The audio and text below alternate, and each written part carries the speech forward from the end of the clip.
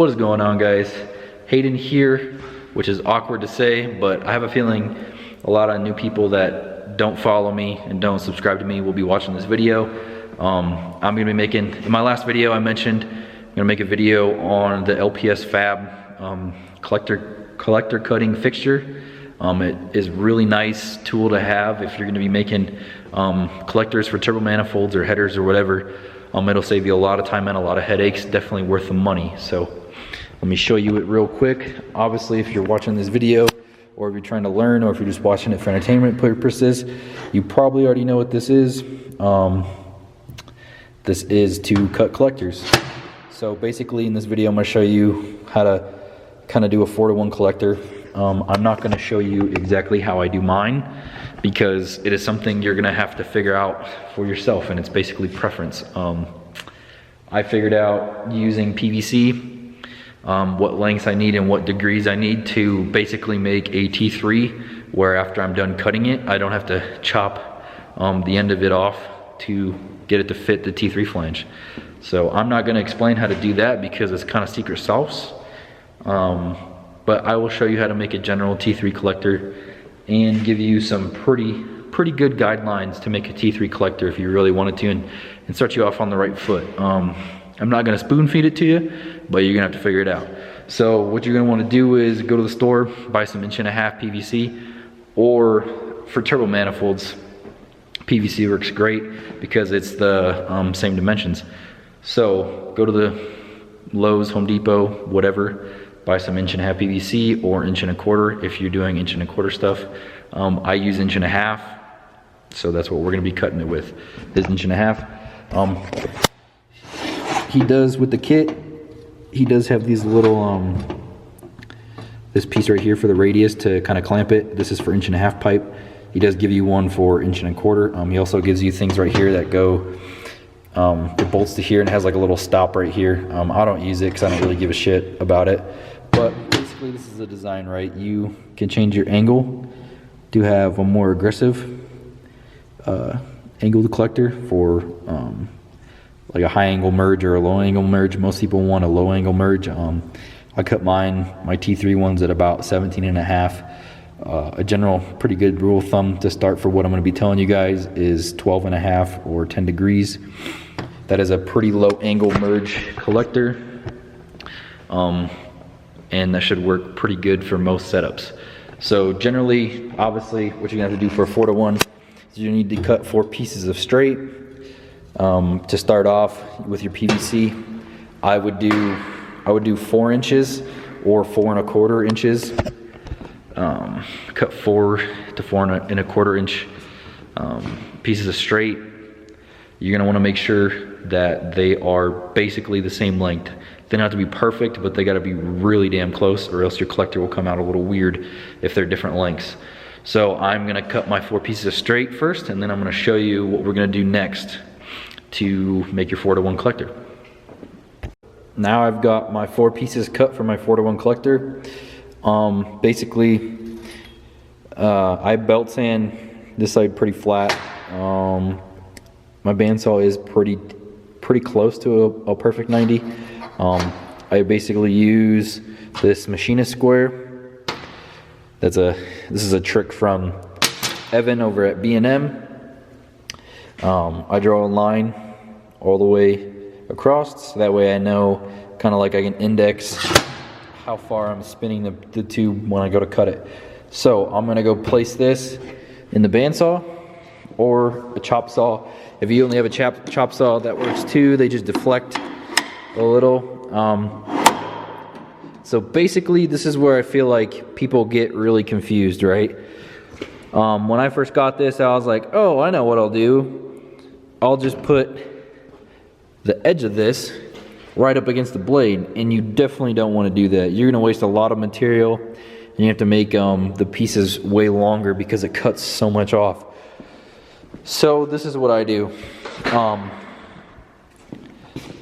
There's a lot of other ways to do this. You don't have to do it my way, but I'm telling you right now, you're gonna want, I would say, start with the the edge of the, which mine is chopped off a little, so it's kind of hard to tell.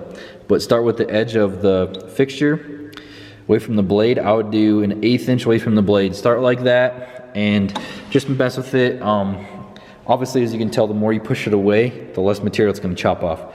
So I do mine a little different. But for a normal, say 12-degree collector, that's 4 1/4 inch long, I would start at an 1/8 inch away from the blade. So I'm going to place mine away from the blade where I want it, take some measurements, and then start cutting. Before I start cutting though, I'll explain this a little better, right? So here's my line, and so right there I have it at 0. It's at 0, I have a marker on 0. So technically what you could do is you could put it over here at a 90, do a cut, and then rotate it back to 0. But what I do, I just do this because I put mine at the 45 here. If you can kind of see that, I put mine at the 45 mark, and then I make my cut, and then I rotate mine just a little bit past the other 45. So for any 4-to-1 collector, you're gonna wanna rotate it 90 degrees. I just do 45 to 45 because I just like that better. It doesn't really matter. And also, I do understand the more degrees you have this way, the table tilted, sometimes you have to, don't expect it to be exactly 90 degrees because it's not gonna be, because once you rotate the table, it changes. You might need more rotation to get the 90 degrees you want. So I normally go just a little bit past the 90 degrees. It's all gonna be based off how you do your collector and how you set it all up. You can belt sand them at the end to get them perfectly 90, which I'll show you later. As good as it's gonna get is as good as it's gonna get. You want them to fit nice and tight, but if you can't get them perfect, that's fine. And that's where really playing with how far you rotate it and using that PVC to dial it in before you actually ruin your material and cut it. So be sure to play with it and don't expect it to be exact. So I go 45, I'll make my cut, and then I rotate it a little bit past the 45, like right about in there, and then I make my other cut. And then that's one piece down, and you gotta do that 3 more times. So it is quite a time-consuming process, but this does make it a whole lot easier to make than making your own little jig cutting collector fixture thingamabob, jig thingamajig, you know what I'm saying. So I'm gonna get these 3 pieces cut, and then I'll show you kind of a really rough 4-to-1 collector.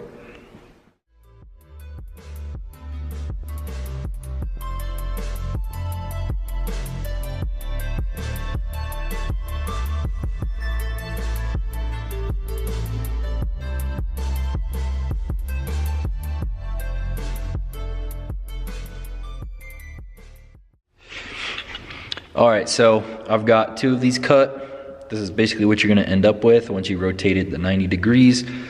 This is before belt sanding. Let me see if I can get this thing to focus. So as you can see, it's got a little lip here where the bandsaw didn't cut it all the way. And that's just kind of what happened. So you're gonna have to belt sand them a little bit to get this all the way flat. But a good way to do this, to check if you're really close, which this one's really close, I got this dialed in pretty good. This is my machinist straight edge, and you put that on there. There's hardly just a slight wiggle. So this is basically 90 degrees right there, which is what I want. So I'm just gonna cut the rest of them and then belt sand them, and it's real simple, just like that. And then I'll show you guys how to put them together.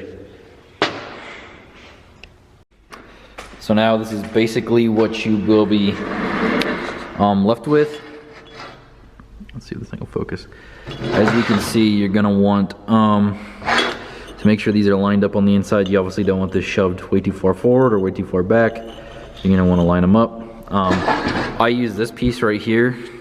I put them up on this just so basically I can make sure that this side is flat. It just makes it a little easier when I'm tacking them, because when you go to put the 2 pieces together, it makes it a whole lot easier if these aren't misaligned, and this just kind of helps make sure they're not misaligned. So I'm going to tack these 2 up, and then I'm going to tack those 2 up the same way, and then I'm going to tack them all 4 together.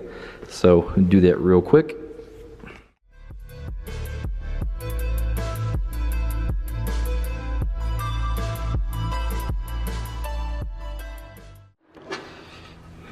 So just like that, collector is all tacked up. This one does have a little gap right here up top. It's because I tried to fuse it in there and I didn't deburr it all the way. So there is a little burr kind of chilling right in there. It didn't let me close it all the way. So that's all right. I weld mine inside and out, and then I lightly poured them and smooth them out. So like I said, not perfect, but pretty damn good. There's a little bit of misalignment right here. That's all right. Like I said, I'm gonna fuse that, so there'll be no problems there. Basically what I do now, since I've got mine dialed in pretty good, I just basically even this out with a cut. So I just cut off these little round edges on all four, and that's all I cut. I don't really waste too much material. And then I use the vise, kind of squish it a little bit and get it in the T3 flange, so there's no weird overlap or anything like that, and it's good to go. Let me fucking adjust this real quick. So yeah, real simple. It's a lot of little steps to that process. Real easy to make a minor mistake, and it affects the whole process. So as you can see, if you really wanted to be meticulous about it, you could get it absolutely perfect, but as good as it's gonna get is as good as it's gonna get. You'd never be able to tell that had a misalignment or there's a gap in there once I weld it. So as long as there's not a crazy ass gap, you'll be good. As long as you still think you can fuse the inside without any problems, that's all really, I mean, that's definitely tight enough.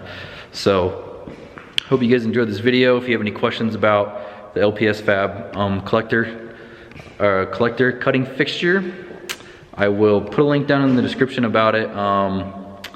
He's a pretty cool dude. I haven't really talked to him much. I remember when I first got it, I actually asked him, I believe his name is Justin, or I don't know what his first name is, but I sent him a message and I was like, dude, I have no idea how to use this thing, and he said just to mess with it, because obviously he's a really busy dude and he doesn't have a lot of time to answer his questions. So I thought I'd post this video and try and help some people who have bought it, because I know I've had a couple people message me, and I've had a couple people comment on the videos, ask how to use it. So as always, thank you for watching. Until next time, Dad Bod Squad out.